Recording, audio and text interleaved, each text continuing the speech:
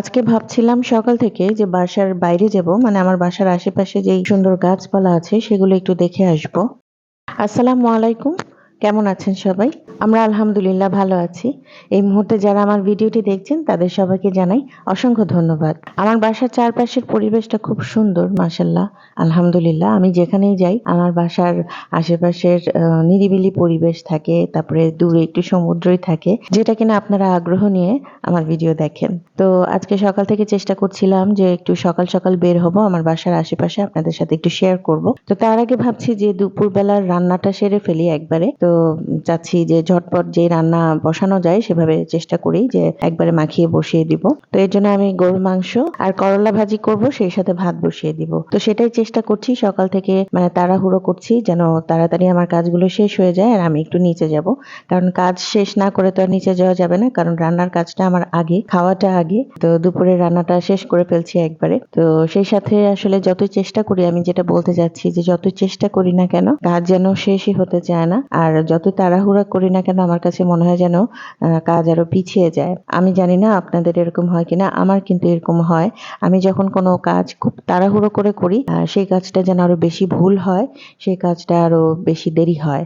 আমার কাছে এমন মনে হয়, যেটা আজকে আমি করেছি। তো যাই হোক, তাড়াহুড়ো করেই আমি মাংসটা বসিয়ে দিচ্ছি। কোনো মানে একবারে মেখে বসিয়ে দেওয়ার চেষ্টা করছি আর কি, একবারে চুলায় বসিয়ে দিয়েছি। অন্য সময় তো হাঁড়িতে নিয়ে আগে মেখে তারপরে বসিয়ে দেই, বা আগে মশলা কষিয়ে নেই, তারপরে আমি মাংস রান্না করি। তো আজকে একবারে চুলা ধরিয়ে হাঁড়িতে বসিয়ে একটা একটা করে মশলা দিয়ে দিয়ে তারপরে রান্না শেষ করছি। আর তার আগে ভাত বসিয়ে দিয়েছি, যে আমি রান্না করতে করতে আমার পাশের চুলায় যেন ভাতটা তাড়াতাড়ি হয়ে যায়। আর এই ভাতটা খুব তাড়াতাড়ি হয়ে যায়, বেশিক্ষণ লাগে না। তো যার কারণে ভাত নিয়ে আমার কোনো মানে আমার চিন্তা নাই বেশি। তাড়াহুড়ো করতে যেয়ে আমি মাংস রান্নায় তেল দিতেই ভুলে গিয়েছি, যার জন্য দেখতে এবং খেতে যেন কেমন লাগছিল। তো সেটাই বলছি, তাড়াহুড়ো করে আসলে কোনো কিছু করতে নেই। আর মাংসের সাথে একটু সবজি রান্না করব, সেটা হচ্ছে করলা ভাজি করব। করলা ভাজি খুব পছন্দ আমাদের সবারই। তো করলা ভাজিটা আমি করলা ভাজির সাথে একটু আলু দিয়েছি।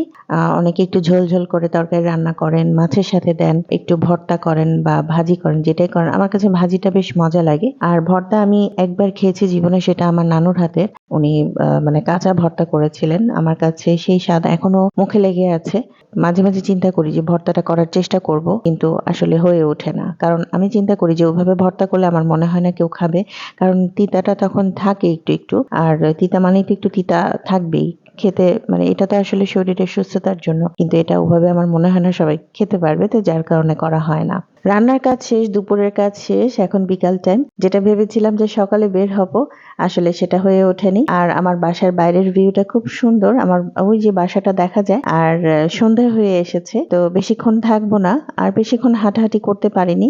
বিকাল টাইমে নামতেও একটু সময় লেগে গেছে। তো আজকে এই পর্যন্তই। জানি না আপনাদের কেমন লেগেছে।